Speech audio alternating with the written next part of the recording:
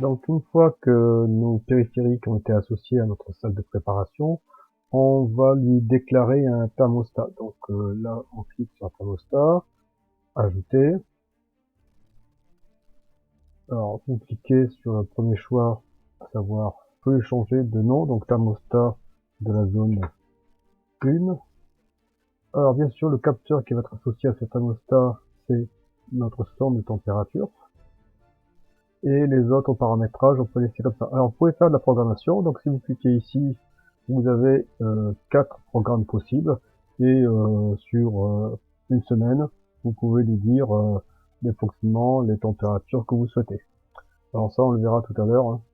Donc, on va rester comme ça dans un premier temps. Vous lui cliquez sauver. Notre thermostat a été rajouté. Alors, avant de passer à l'étape suivante, on va regarder ici nos pièces. Et vous allez dans paramètres. Dans la partie configuration, vous choisissez thermostat. Vous voyez, vous avez la partie chauffage et la partie climatisation. Donc ici, vous avez 4 modes de fonctionnement. Donc vacances, économique, confort.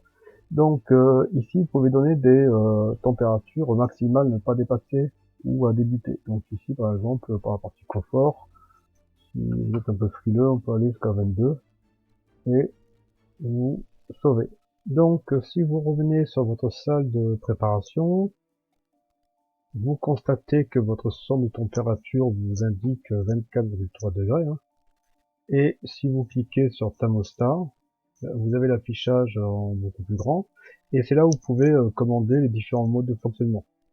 Donc, tout à l'heure, au niveau du paramétrage, j'avais indiqué que sur la partie confort, j'étais à 22 degrés. Là, forcément, la température étant supérieure, bah, il s'enclenche pas. Admettons que je mette, on peut faire manuellement. Hein. Donc là, on a attendu le relais s'enclencher. Il y a la petite flamme qui apparaît pour vous indiquer que vous êtes en fonctionnement. Vous avez aussi un timer ici pour lui indiquer pendant combien de temps voulez-vous que ça fonctionne. Voilà, tout simplement. Alors, ici, vous pouvez revenir à la valeur normale.